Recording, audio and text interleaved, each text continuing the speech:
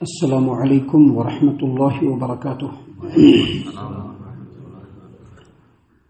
اعوذ باللہ السمیع العلیم من الشیطان الرجیم من ہمزہ ونفخہ ونفثہ۔ بسم اللہ الرحمن الرحیم۔ وَإِذْ نَادَى رَبُّكَ مُوسَىٰ أَنِ ائْتِ الْقَوْمَ الظَّالِمِينَ قوم فرعون ألا يتقون قال رب إني أخاف أن يكذبون وَيَضِيقُ صَدْرِي وَلَا يَنطَلِقُ لِسَانِي فَأَرْسِلْ إِلَىٰ هَارُونَ وَلَهُمْ عَلَيَّ ذَنبٌ فَأَخَافُ أَن يَقْتُلُونِ۔ اور وہ واقعہ یاد کرو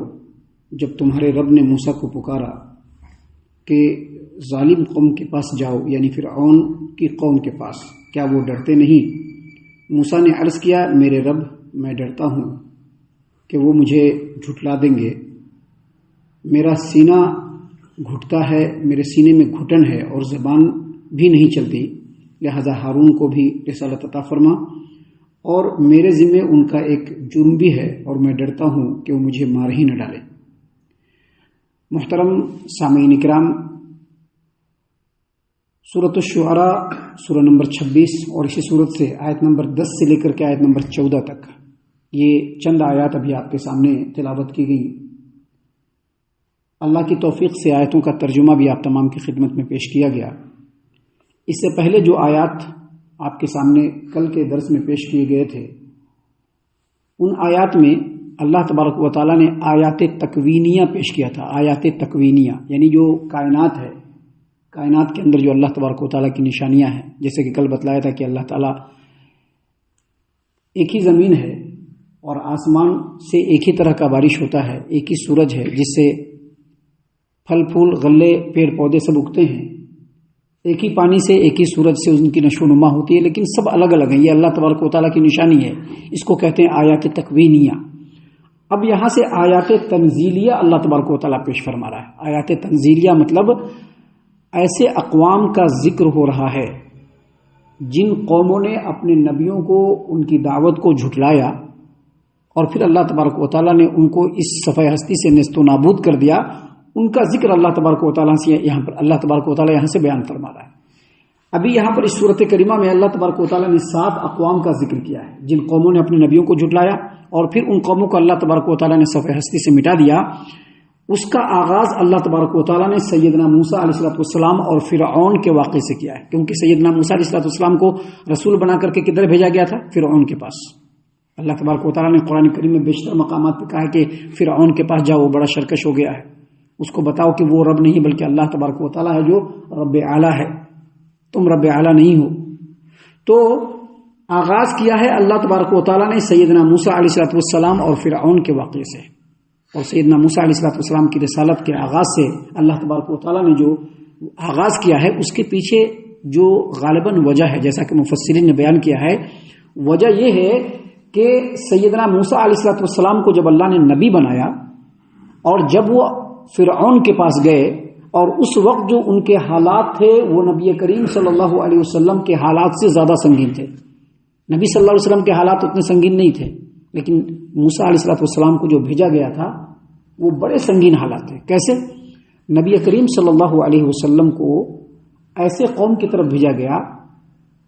جس قوم میں سرداری آپ کے ہی خاندان میں تھی، قریش میں ہی سرداری تھی اور ان کے خاندان کے لوگ سردار تھے، اور اسی میں نبی کریم صلی اللہ علیہ وسلم کو نبی بنا کر کے بھیجا گیا۔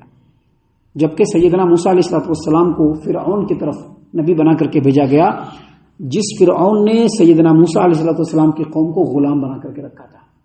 مزید سیدنا موسیٰ علیہ السلام کی پرورش بھی فرعون کی ہی ہوئی تھی، اور نادانستہ طور پر فرعون سیدنا موسیٰ علیہ السلام سے آل فرعون میں سے ایک آدمی کا قتل بھی ہو گیا تھا۔ حکومت کی طرف سے ان کے اوپر قتل کا جو ہے وارنٹ بھی جاری ہو گیا تھا کہ اس کو قتل کرنا ہے، ایک آدمی کو قتل کیا لہذا قتل کرنا ہے، جس کی وجہ سے سیدنا موسیٰ علیہ السلام اپنے وطن کو چھوڑنے پر مجبور ہو گئے۔ پرورش بھی کیا تھا، بھاگ بھی گئے، قوم کے ایک آدمی کو قتل بھی کیا۔ حالانکہ موسیٰ علیہ السلام جہاں ایک طرف فرعون کے ممنون اور احسان مند تھے، وہیں دوسری طرف مفرور مجرم بھی تھے کہ جب اس قوم کے اندر جائیں گے، جب اس ملک میں جائیں گے، ہو سکتا ہے کہ ان کو اریسٹ کر لیا جائے، اور ہو سکتا ہے کہ ان کو پھر سے پھانسی پر چڑھا دیا جائے۔ ادھر نبی کریم صلی اللہ علیہ وسلم کے حالات ایسے نہیں تھے۔ نبی کریم صلی اللہ علیہ وسلم جس قوم کے اندر، جس ماحول میں نبی بنا کر کے بھیجے گئے تھے، اس قوم کے لوگ یا تو نبی کریم صلی اللہ علیہ وسلم کے لیول کے تھے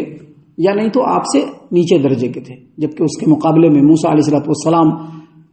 فرعون کی طرف جا رہے ہیں تو ایسی قوم سے جا رہے ہیں جو غلام اور جس کو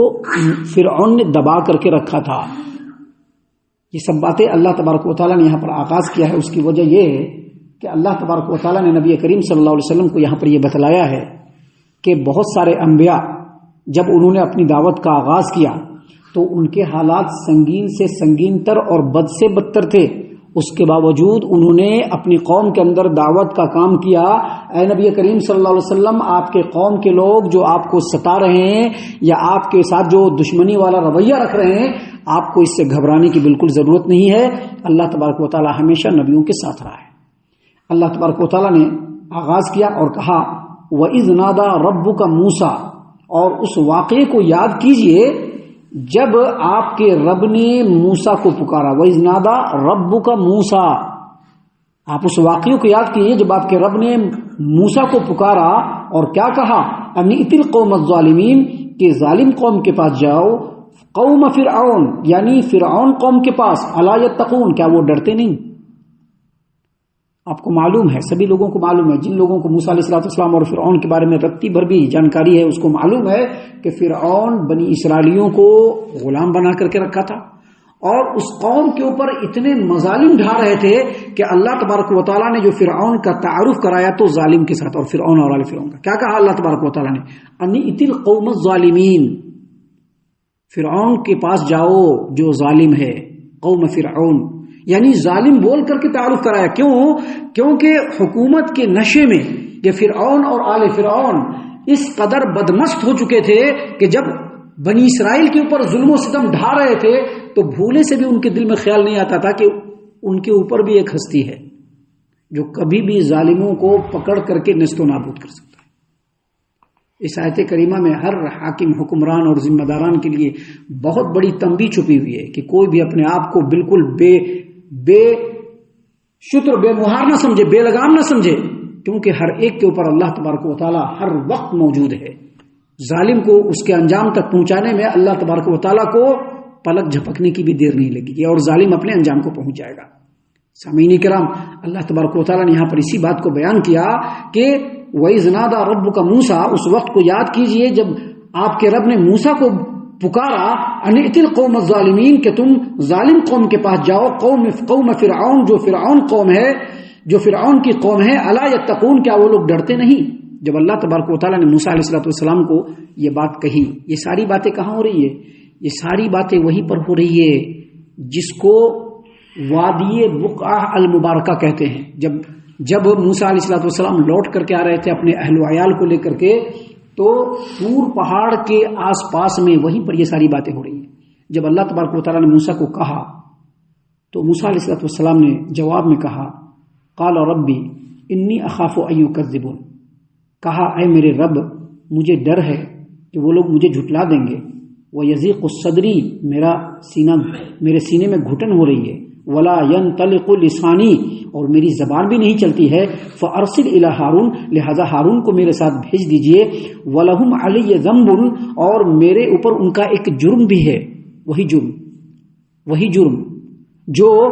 فرعون کے قوم کے ایک آدمی کو سیدنا موسیٰ علیہ السلام نے ایک تھپڑ مارا تھا تو وہ مر گئے، وہی جرم، کہا ولہم علی ذنب، اور میرے اوپر ان کا ایک جرم بھی ہے، وَلَهُمْ عَلَيَّ ذَنْبٌ فَأَخَافُ أَن يَقْتُلُونَ، تو مجھے ڈر ہے کہ وہ مجھے مار ہی ڈالیں گے۔ یعنی جیسے ہی اللہ تبارک و تعالیٰ نے موسیٰ علیہ السلام کو چنا، مقدس بستی اور مقدس وادی جو طوا ہے جس کے اندر موسیٰ علیہ السلام تھے، جب ان کو چنا اور کہا کہ تم رسول بنائے جا رہے ہو اور تم کو سیدھے فرعون کے پاس جانا ہے اور وہاں جا کر کے تم کو اللہ تبارک و تعالیٰ کی توحید کو سنانا ہے اور کہنا ہے کہ تم اپنے ظلم سے باز آ جاؤ اور بنی اسرائیل کو چھوڑ دو، جب یہ ساری باتیں کہی اللہ تبارک و تعالیٰ نے موسیٰ علیہ السلام کو، تو موسیٰ علیہ السلام کی آنکھوں کے سامنے کئی سارے واقعے آ گئے، جس میں ایک واقعہ وہ بھی آیا کہ میں نے ان کے ایک آدمی کو مارا ہوا ہے، یہ بھی آیا کہ میری پوری کی پوری قوم غلام بنی ہوئی ہے، میری بات کا تو کوئی مہتو ہی نہیں دے گا، میں اس کے سامنے اگر بولوں گا تو اس کا کوئی ویلو ہی نہیں دے گا، وہ تو بڑا ظالم و جابر بادشاہ ہے، میں اس کے سامنے جا کر کے کیسے کہوں گا۔ جب یہ سوچ رہے تھے تو سینے میں گھٹن محسوس ہوئی، تو اللہ تبارک و تعالیٰ کے سامنے عرض کیا کہ اللہ تبارک و تعالیٰ مجھے ڈر لگ رہا ہے کہ وہ میری بات کا ویلو نہیں دیں گے، وہ میرا دم گھٹ رہا ہے اور پھر میری زبان بھی نہیں چل رہی ہے۔ انکار نہیں کیا، بس اللہ تبارک و تعالیٰ کے سامنے۔ یہ اصل میں اولو العزم پیغمبروں کی صفت، بلکہ نبیوں کی صفت ہوتی ہے کہ جب اللہ تبارک و تعالیٰ ان کو کوئی حکم دیتا ہے تو جان جوکھوں میں ڈال کر کے بھی وہ کام کرتے ہیں۔ لہٰذا یہاں پر انکار نہیں کر رہے ہیں، بلکہ اللہ تبارک و تعالیٰ کے سامنے عرض اور گزارش کر رہے ہیں کہ اللہ تبارک و تعالیٰ میرے ساتھ ایسا ایسا معاملہ ہوا، اس طرح سے میں بھاگ کر کے آیا ہوں، میں اسی کے گھر میں پرورش پایا ہوں، وہ بہت بڑا بادشاہ ہے، بہت ہی ظالم بادشاہ ہے، میں اس قوم سے ہوں جو بالکل غلام قوم سے ہوں۔ تو اللہ تبارک و تعالیٰ میرا دم گھٹ رہا ہے، میرا سینہ گھٹ رہا ہے، اور پھر میرے زبان کے اندر لکنت بھی ہے۔ اللہ تبارک و تعالیٰ ایک کام کیجئے، اللہ تبارک و تعالیٰ فارسل، اللہ تبارک و تعالیٰ سے گزارش کر رہے ہیں، کہا کہ فارسل الی ہارون، ہارون کو بھی رسول بنا دیجئے۔ ہارون کو جب رسول بنا دیں گے تو میرے ساتھ رہے گا، میرا بھائی ہے، اس کو بہترین سے بولنے آتا ہے، وہ اپنی باتوں کو کہیں پر رکھ سکتا ہے، لہذا ہارون کو میرے ساتھ کر دیجئے۔ اور مجھ کو اس بات کا بھی ڈر ہے کہ ایک گناہ مجھ سے ہو گیا ہے، میں نے جو ہے قتل کر دیا اس کے ایک آدمی کو، اس جرم میں مجھ کو وہ ایک جرم مجھ سے ہو گیا ہے، ہو سکتا ہے کہ وہ مجھ کو قتل کر دے، لہذا میرا بھائی میرے ساتھ رہے گا اور آپ کی معیت رہے گی، اور آپ اللہ تبارک و تعالیٰ ہماری حفاظت فرمائیں گے، تو ہم جا کر کے آرام سے دعوت کا کام کر دیں گے۔ یہ ساری باتیں ہوئی۔ اس کے بعد اللہ تبارک و تعالیٰ نے اپنے رسول